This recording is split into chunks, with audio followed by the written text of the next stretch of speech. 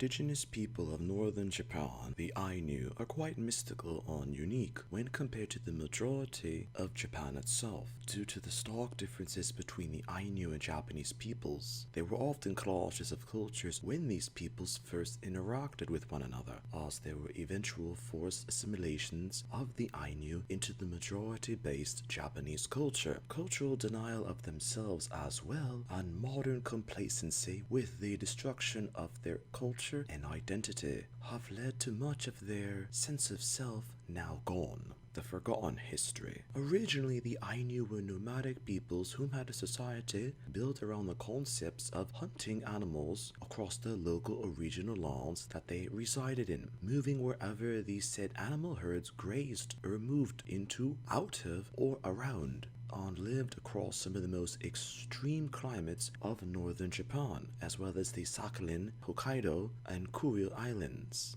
as even the term Ainu is something that was labeled onto them. Conventional research has it that the people now known as the Ainu didn't exactly refer to themselves as Ainu, rather by other definitions. Udari, which roughly translates to people, is a roughly more accurate description of what they were to likely call themselves at the time of roughly first modern Japanese contact. It wasn't until the 1100s to the 1200s that they came into contact with other cultures that expanded into the region, being that of first Chinese culture at this time, from then the 1300s being that of Japanese-based culture. The denied history. When the Chinese and Japanese first expanded their influences into the region, they first encountered the Ainu, and both peoples considered them to be archaic as well as barbarian-like. Chinese expansion had harsh subjugations of the Ainu, and eventually most fled to the most extreme or distant regions of the Sakhalin, Hokkaido, and Kuril Islands, to which in modern times these peoples still reside within. The Japanese had more extensive communications as well as contact with the Ainu, due to the fact that as the Yamato or Japanese-based cultures expanded northwards, there were unavoidable contacts as well as fusions between the two cultures. Japanese settlers whom were based on that of Chinese culture with Buddhist or ancestor worship-based religions clashed sharply with Ainu inhabitants whom were nomadically based culture with animalistic or even polytheism-based religions. From what is now known and what survives from Japanese records as well as accounts of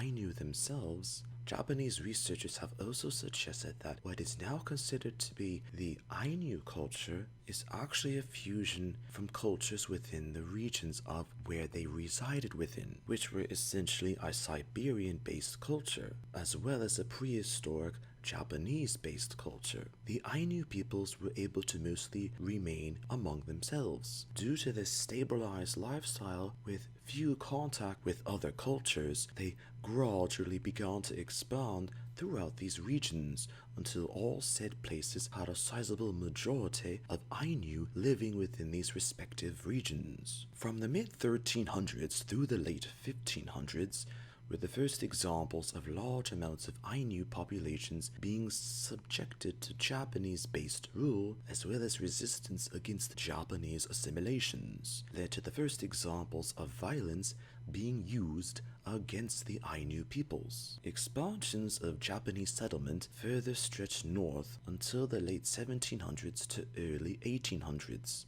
Japanese control extend to southern Hokkaido. By this time, Japanese sentiment had it that all of the Ainu peoples were to be forcefully integrated into then modern Japanese society, and official policies of the shogunate had it that families were forcefully separated, and Ainu women were either raped by Japanese men with the intention of having Japanese children, or the women were forcefully married to Japanese men with again having Japanese-based children. Although in modern times the Japanese government has issued claims that the integration of Ainu populations at that particular time into Japanese society were peaceful and not cultural genocide as modern researchers have now considered it to be. The censored history. In 1869, Imperial Japan officially annexed Hokkaido into Japanese governance. Officially, as prior to that time, Hokkaido was viewed as a possession or not to be taken seriously for Japanese development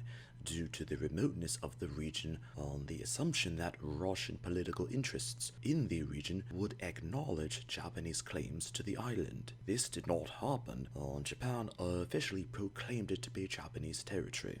Following European methods of colonization as well as governmental policies in dealing with indigenous ethnic groups, from 1899 the Japanese passed an official act making the Ainu Japanese citizens. As the title of the time, the group were labeled as former quote-unquote aborigines. This concept had it that they could, would, or would have no other choice but to fully integrate into Japanese society. With them being Japanese citizens politically, they were denied rights or governmental privileges of being the indigenous ethnic group of Hokkaido. With the Ainu being forced into Japanese society, all aspects of their own society in terms of religious practices or worship were forcefully banned, leading many to practice their customs privately, as after assimilation within Hokkaido, the Ainu were historically considered to be a socially undesirable group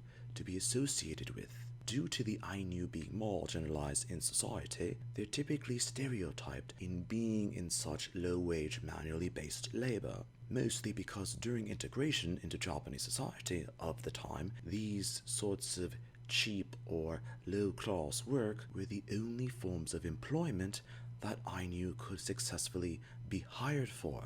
Ainu advocacy groups also promoted the intermarriage with the Japanese spouses to lessen the reality of discriminations against them if they had Japanese relatives within their families. As a result of the intermarriage, within Hokkaido, most Ainu look the same as Japanese, when historically Ainu were more hairy and bulkier in terms of physical appearance, as evolution had it that with the Ainu, they adapted such physical appearances or traits to adopt and deal with the harsh winter climate of Hokkaido. In modern times, the very existence of the Ainu has challenged the homogeneous aspect of the country, which has been pivotal to the Japanese sense of identity for centuries. The very notion of other ethnic groups living in regions of Japan before the Japanese people resided within these areas is a direct contradiction of such, and information relating to the Ainu can be sometimes suppressed